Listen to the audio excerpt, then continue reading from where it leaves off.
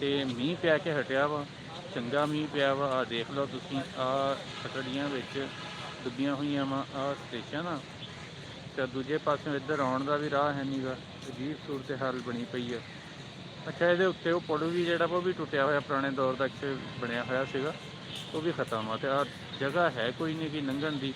ਪਾਣੀ ਚੰਗਾ ਭਲਾ ਡੂੰਘਾ ਹੋਇਆ ਪਿਆ ਵਾ, ਅਤੇ ਆ ਮੁਸਾਫਿਰ ਬੈਠੇ ਇੰਤਜ਼ਾਰ, ਕਿਉਂਕਿ ਕਰੋਨਾ ਲੋਕਡਾਊਨ ਦੀ ਵਜ੍ਹਾ ਤੋਂ ਇੱਥੇ ਇਹ ਵੀ ਬੜਾ ਇਸ਼ੂ ਬਣਿਆ ਹੋਇਆ ਨਾ ਕਿ ਕੋਚਾਂ ਬੰਦ ਆ ਸਾਰੀਆਂ, ਅਤੇ ਉੱਤੋਂ ਟ੍ਰੇਨ ਵੀ ਲੇਟ ਹੋਈ ਖੜੀ ਆ।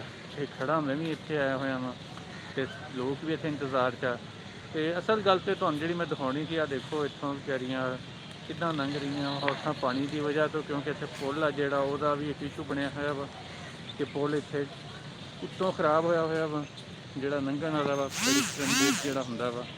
ਅਤੇ ਆਹ ਦੇਖੋ ਤੁਸੀਂ, ਤੁਹਾਨੂੰ ਮੈਂ ਅੱਗੇ ਜਾ ਕੇ ਦਿਖਾਉਣਾ ਪਾਣੀ ਦੀ ਸੂਰਤ ਹਾਲ। ਆਹ ਦੇਖੋ, ਆਹ ਬੰਦਾ ਵਿੱਚੋਂ ਇੱਕ ਲੰਘਦਾ ਆ ਰਿਹਾ। ਇਹ ਪਾਣੀ ਇੱਧਰੋਂ ਲੈ ਕੇ ਅਤੇ ਆਹ ਪਰੇ 'ਤੇ ਚੰਗਾ ਭਲਾ ਪਾਣੀ ਆ। ਅੱਛਾ, ਇੱਧਰ ਥੋੜ੍ਹਾ ਵਾ ਗਾਂਹ ਜਿਵੇਂ ਜਿਵੇਂ ਜਾਈਏ ਉਹ ਪਾਣੀ ਦੇ ਵਿੱਚ ਬਿਲਕੁਲ ਨਾ ਸਿਰਫ ਟਰੈਕ ਡੁੱਬਿਆ ਹੋਇਆ ਵਾ, ਬਲਕਿ ਤੁਹਾਨੂੰ ਅੱਗੇ ਜਾ ਕੇ ਦਿਖਾਉਣਾ ਮਾੜਾ ਜਿਹਾ। ਅਤੇ ਅੱਛਾ, ਪਟੜੀਆਂ ਵੀ ਡੁੱਬੀਆਂ ਹੋਈਆਂ ਵਾ, ਅਤੇ ਅੱਗੇ ਤਾਂ ਪਾਣੀ ਉੱਦਾਂ ਆਸੇ ਪਾਸੇ ਹਰ ਪਾਸੇ ਖਿੱਲਰ ਗਿਆ ਨਾ, ਚੰਗਾ ਪਾਣੀ ਅੱਗੇ ਤਾਂ ਨਹਿਰ ਤਰ੍ਹਾਂ ਬਣਿਆ ਪਿਆ ਆਸੇ ਪਾਸੇ ਵੀ, ਇੱਥੇ ਵੀ। ਅਤੇ ਉਹ ਵੀ ਤੁਹਾਨੂੰ ਮੜ ਕੇ ਦਿਖਾਉਣਾ ਜੀ ਜਾ ਕੇ ਕਿ ਅੱਗੇ ਕੀ ਸੂਰਤ ਹਾਲ ਆ।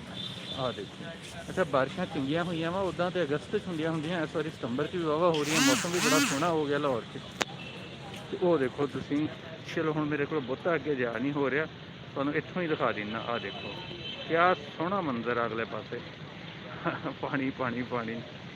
ਅਤੇ ਉਹ ਆਸੇ ਪਾਸੇ ਵੀ ਉੱਥੇ ਪਤਾ ਹੀ ਨਹੀਂ ਲੱਗਦਾ ਕਿ ਟ੍ਰੇਨ ਦੀ ਪਟੜੀ ਹੈਗੀ ਕਿਹੜੇ ਪਾਸੇ, ਟਰੈਕ ਹੈਗਾ ਕਿਹੜੇ ਪਾਸੇ। ਆ ਦੇਖੋ ਨਾ, ਇੱਥੇ ਤਾਂ ਚਲੋ ਫਿਰ ਵੀ ਸੂਰਤ ਹਾਲ ਠੀਕ ਆ। ਬਹਰਹਾਲ ਬਾਰਿਸ਼ਾਂ ਹੋਣ ਦਾ ਫਾਇਦਾ ਵੀ ਹੁੰਦਾ ਬਹੁਤ ਜ਼ਿਆਦਾ। ਅੱਛਾ, ਆਹ ਕਿਆ ਸੋਹਣਾ ਅਕਸਾ ਵਿੱਚ ਆ ਉੱਤੇ ਪੁੱਲ ਆ। ਆਹ ਦੇਖੋ ਬਗੈਰ ਪੱਟਿਆਂ ਤੋਂ, ਅਤੇ ਥੱਲੇ ਉਹਦਾ ਪਰਛਾਵਾਂ, ਔਰ ਬੜਾ ਸੋਹਣਾ ਮੰਜ਼ਰ ਲੱਗ ਰਿਹਾ ਮੈਨੂੰ ਤਾਂ ਇਹ ਦੇਖ ਕੇ। ਅਤੇ ਮੈਂ ਵੀ ਆਇਆ ਉੱਦਾਂ, ਅਤੇ ਅੱਜ ਮੈਂ ਜਾਣਾ ਸੀਗਾ ਰੇਂਜਰ ਖਾਨ, ਉੱਥੇ ਕੁਛ ਅਹਿਮ ਕੰਮ ਸੀਗੇ। ਅਤੇ ਆਹ ਦੇਖੋ ਵਿੱਚ ਆ ਕੀ ਉਹ ਠੇਲਾ ਜਿਹਾ ਜਿਹੜਾ ਉਹ ਵੀ ਡੁੱਬਿਆ ਪਿਆ। ਅਤੇ ਮੈਨੂੰ ਬਾਹਰ ਵਾਲੇ ਮੰਜ਼ਰ ਸੋਹਣਾ ਲੱਗਿਆ, ਮੈਂ ਕਿਹਾ ਚਲੋ ਤੁਹਾਨੂੰ ਵੀ ਦਿਖਾ ਲਾਂ, ਤੁਸੀਂ ਵੀ। ਅੱਛਾ, ਆਹ ਦੇਖੋ, ਆ ਬੰਦਾ ਇੱਕ ਨਾ ਸਾਈਕਲ ਲੈ ਕੇ ਜਾ ਰਿਹਾ ਵਿੱਚੋਂ ਦੀ, ਸਾਈਕਲ ਦੇ ਅੱਧੇ ਅੱਧੇ ਟਾਇਰ ਵਿੱਚ ਥੱਲੇ ਡੁੱਬ ਜਾਂਦੇ ਆ। ਆਹ ਹੁਣ ਪਟੜੀ ਦੇ ਉੱਤੋਂ ਦੀ ਕਿਤੋਂ ਲੰਘਿਆ ਵਾ। ਆਹ ਹੈ ਕੋਟ ਲਖਪਤ ਰੇਲਵੇ ਸਟੇਸ਼ਨ ਲਾਹੌਰ ਦਾ। ਅਤੇ ਚਲੋ ਜੀ, ਚਲੋ ਤੁਹਾਨੂੰ ਹੋਰ ਵੀ ਕੁਛ ਦਿਖਾ ਲਾਂਗੇ, ਬਲਕਿ ਅੱਗੋਂ ਰਸਤੇ 'ਚੋਂ ਵੀ ਦੇਖਾਂਗੇ ਜੇ ਕੁਛ ਲੱਭਿਆ। ਅਤੇ ਬਹਰਹਾਲ ਮੈਂ ਕਿਹਾ ਆਹ ਮਾੜਾ ਜਿਹਾ ਤੁਹਾਨੂੰ ਜਾਂਦੇ ਹੋਏ ਦਿਖਾ ਦੇਵਾਂ, ਕਿਉਂਕਿ ਮੈਂ ਵੀ ਇੱਥੇ ਹੀ ਸੀਗਾ। ਆਹ ਇੱਕ ਮਲੰਘ ਹੁੰਦਾ ਪਿਆ ਵਾ। ਸਾਰੀ ਗੱਲ ਹਰ ਤਰ੍ਹਾਂ ਦੇ ਲੋਕ ਇੱਥੇ ਹੁੰਦੇ ਆ, ਪਤਾ ਨਹੀਂ ਇਹਨੂੰ ਵਿਚਾਰੇ ਨੂੰ ਕੀ ਦਿਮਾਗੀ ਤੌਰ 'ਤੇ ਇੱਥੇ ਅਸਰਾਤ ਹੋਈ ਕਿ ਹੋ ਗਿਆ। ਆਹ ਦੇਖੋ ਹੁਣ ਤੁਸੀਂ, ਉਹ ਬੱਚੇ ਵਿੱਚ ਖੇਲਦੇ ਪਏ ਆ, ਕੋਈ ਕਰ ਰਹੇ। ਚਲੋ ਓਕੇ, ਫਿਰ ਅੱਗੇ ਫਿਰ ਹੋਰ ਦਿਖਾ ਲਾਂਗੇ ਤੁਹਾਨੂੰ।